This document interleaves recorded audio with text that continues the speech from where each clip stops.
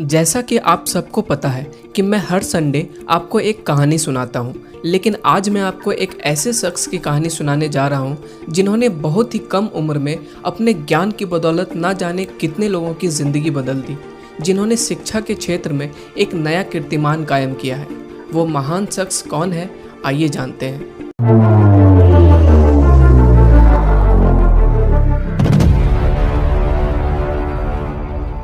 जी हाँ दोस्तों, मैं जिस महान शख्स की बात कर रहा हूँ उन्हें लोग खान सर के नाम से जानते हैं। ये पटना के बहुत बड़े जीके जीएस के टीचर हैं और आज इनके पास सिर्फ पटना में ही लगभग 5000 से भी ज़्यादा स्टूडेंट्स पढ़ते हैं। इसके अलावा ये बिहार के और भी कई जिलों में ऑनलाइन क्लासेस के माध्यम से अपनी सेवाएं दे रहे हैं। इन्होंने खान जीएस रिसर्च सेंटर के नाम से पटना के सबसे बड़े कोचिंग सेंटर और लाइब्रेरी की स्थापना की है। इसके अलावा ये एक अनाथ आश्रम भी चलाते हैं। इनका मानना है कि इंसान का जीवन दूसरों के लिए समर्पित होना चाहिए, यही इस जीवन का लक्ष्य है। आज इंटरनेट के इस युग में डिजिटलाइजेशन के बढ़ते दौर को देखते हुए इन्होंने अपनी संस्था के नाम पर एक यूट्यूब चैनल भी क्रिएट किया है, ताकि गाँव के दूर दराज के इलाकों में भी ये अपने ज्ञान की रोशनी बिखेर सके और देश के कोने कोने में छुपी प्रतिभा को उजागर कर उन्हें एक नई पहचान दिला सके। खास बात तो ये है कि इन्होंने किसी भी YouTube वीडियोस में अपने चैनल को सब्सक्राइब करने के लिए कभी नहीं कहा है। बावजूद इसके लोगों ने इन्हें दिल खोल कर अपना प्यार दिया है और इसी का नतीजा है कि इनका YouTube चैनल कुछ ही दिनों पहले 1 मिलियन सब्सक्राइबर के माइलस्टोन को पार कर चुका है और हम उम्मीद करते हैं कि जल्द ही इनकी YouTube फैमिली 10 मिलियन की हो जाएगी। इसी खुशी में इन्होंने अपने चैनल पर 27 मिनट का एक वीडियो डाला है, जिसमें वो अपने सारे सब्सक्राइबर्स को थैंक्स करते हुए अपने दिल की बात शेयर कर रहे हैं। वीडियो लिंक मैंने डिस्क्रिप्शन में दे दिया है, आप भी एक बार ज़रूर देखें। तो दोस्तों, ये तो थी खान सर के जीवन से जुड़ी कुछ अच्छी बातें और उनकी कुछ उपलब्धियाँ, लेकिन इन उपलब्धियों को हासिल करने के लिए इन्हें कई मुश्किलों का सामना करना पड़ा है। ये सफ़र इतना भी आसान नहीं था जितनी आसानी से आज मैं आपको इनकी उपलब्धियां गिना रहा हूँ। जैसा कि आप सबको पता है कि जब आप बहुत तेज़ी से सफलता की सीढ़ियों को चढ़ने लग जाते हैं, तब जाने अनजाने आपके बहुत से दुश्मन भी बनते चले जाते हैं। इनके साथ भी कुछ ऐसा ही हुआ। पिछले साल कुछ असामाजिक तत्वों ने इनके ऊपर जानलेवा हमला करने के इरादे से इनके संस्था में बम विस्फोट किया था, लेकिन राहत की बात ये रही कि इस हमले में किसी के हताहत होने की खबर नहीं आई। इन सब के बावजूद खान सर किसी से डरे नहीं, बल्कि इनका हौसला और भी बुलंद हो गया। इनका कहना है कि इनके ऊपर हमला इसलिए हुआ क्योंकि ये हर धर्म को एक समान मानते हैं। ये अपने छात्रों के साथ ईद भी मनाते हैं और होली भी खेलते हैं, रमज़ान भी मनाते हैं और दिवाली में पटाखे भी फोड़ते हैं। भाईचारे का इससे अच्छा संदेश और क्या हो सकता है, और शायद इसलिए मैं इन्हें भविष्य का कलाम कहता हूँ। आप गौर करेंगे तो आपको भी डॉक्टर अब्दुल कलाम और खान सर के जीवन में काफ़ी समानताएं मिल जाएंगी। दोस्तों, इनसे जुड़ी और भी कई मज़ेदार किस्से हैं जिन्हें सुनकर आपको थोड़ी हंसी भी आएगी, लेकिन साथ ही साथ आपके अंदर कुछ बड़ा कर गुजरने का जुनून भी पैदा होगा। बात उन दिनों की है जब ये 9वीं कक्षा में पढ़ते थे। तब ये अलीगढ़ मुस्लिम यूनिवर्सिटी स्कूल के एंट्रेंस एग्ज़ाम की तैयारी कर रहे थे। फिर 10th में पहुंचने पर इन्होंने पॉलिटेक्निक की तैयारी शुरू कर दी। उसके बाद 12th में इन्होंने AIEEE की तैयारी की, पर जिस दिन इनका एग्ज़ाम था उस दिन ये सोते ही रह गए और ये एग्ज़ाम नहीं दे पाए।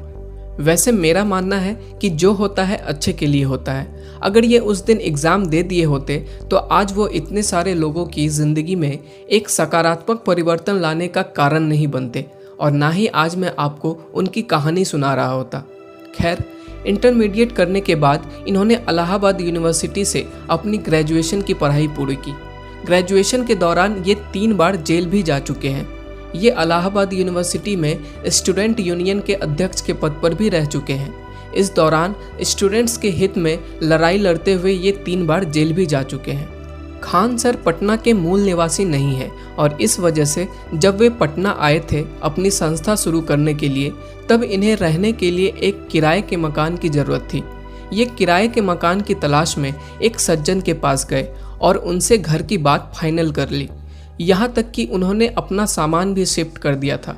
लेकिन जब उनके मकान मालिक ने उनके पहचान पत्र पर उनके नाम के आगे खान लिखा हुआ देखा तो वो तुरंत ही भड़क गए और इन्हें तुरंत मकान खाली करने को कहा, ये कहते हुए कि हम लोग मुस्लिमों को नहीं रखते हैं। ये सुनकर इन्हें बहुत बुरा लगा और ये सोच में पड़ गए कि इस मॉडर्न युग में भी ऐसी मानसिकता लेकर लोग अभी भी जी रहे हैं। इसके बाद ये एक और सज्जन के पास गए और इस बार उस सज्जन ने सबसे पहले इनका नाम ही पूछ लिया। तो खान सर ने उनसे पूछा कि आप मेरा नाम क्यों जानना चाहते हैं? तो उस सज्जन ने कहा, क्योंकि हम हिंदुओं को मकान नहीं देते हैं। इन्हें समझ नहीं आ रहा था कि ये किस किस को दोस्त है। लेकिन इसके बाद इन्हें कई ऐसे भी मकान मालिक मिले जो जात धर्म से ऊपर उठकर पहले इंसानियत को तवज्जो देते थे। तब इन्हें एक बात समझ आई कि इस दुनिया में ना तो सारे लोग बुरे हैं और ना ही सारे लोग अच्छे हैं। ये कहते हैं कि जब हम लोग गुलाम थे तब हम हिंदुस्तानी थे।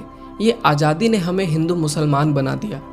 इनका कहना है कि एक अच्छा हिंदू वही है जिसे कोई मुसलमान भी गाली ना दे सके और एक अच्छा मुसलमान वही है जिसे कोई हिंदू भी भला बुरा ना कह सके। खान सर पढ़ाने के अलावा सामाजिक कार्यों में भी बहुत ज़्यादा एक्टिव रहते हैं, जिसमें मुख्य रूप से अनाथाश्रम में अनाथ बच्चों की सेवा करना, हिंदुओं की आस्था का प्रतीक माने जाने वाले गायों के संरक्षण के लिए गौशालों का निर्माण करवाना तथा ब्लड डोनेशन जैसे महादान करवाना इत्यादि शामिल है। इस नेक काम के लिए वो समय समय पर अपने छात्रों को प्रेरित भी करते रहते हैं और खुद भी इस महादान में बढ़ चढ़कर हिस्सा लेते हैं। एक बार की बात है, पटना के पीएमसीएच में एक सज्जन को उनकी बेटी के ऑपरेशन के लिए ब्लड की ज़रूरत थी। तो उन्हें किसी ने बताया कि आप खान सर के पास चले जाइए, वो ब्लड का इंतज़ाम करा देंगे, वो भी बिल्कुल फ्री में। जब वो सज्जन खान सर के पास पहुँचे तो वो बिल्कुल चौंक गए, क्योंकि वो सज्जन वही इंसान थे जिन्होंने खान सर को अपने मकान से ये बोलकर निकाल दिया था कि वो किसी मुस्लिम को किराए पर नहीं रखते हैं। तब खान सर ने उनसे प्यार से मुस्कुराते हुए पूछा कि आपको हिंदू का ब्लड चाहिए या मुसलमान का।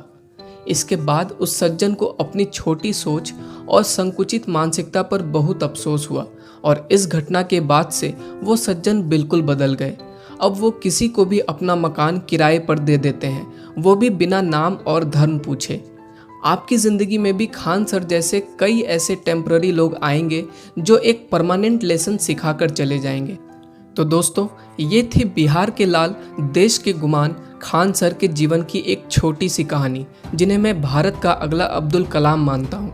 आपका क्या मानना है कमेंट बॉक्स में ज़रूर बताएं।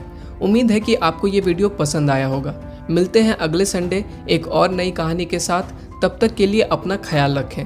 और अंत में जाते जाते आपको कुछ पंक्तियों के साथ छोड़ जाता हूँ। हिंदू भी हूँ, मुसलमान भी हूँ, नमस्ते भी हूँ, सलाम भी हूँ, दिवाली भी हूँ, रमजान भी हूँ, राजपूत भी हूँ, खान भी हूँ, गीता भी हूँ, कुरान भी हूँ, पूजा भी हूँ, अजान भी हूँ। मैं सिर्फ धर्म नहीं, इंसान भी हूँ। बस करो अब ये धर्म की लड़ाई, बहुत हुआ हिंदू मुस्लिम सिख ईसाई। इंसान है, इंसान बन के रहते हैं, हम सब एक हैं, हिंदुस्तान बन के रहते हैं। जय हिंद।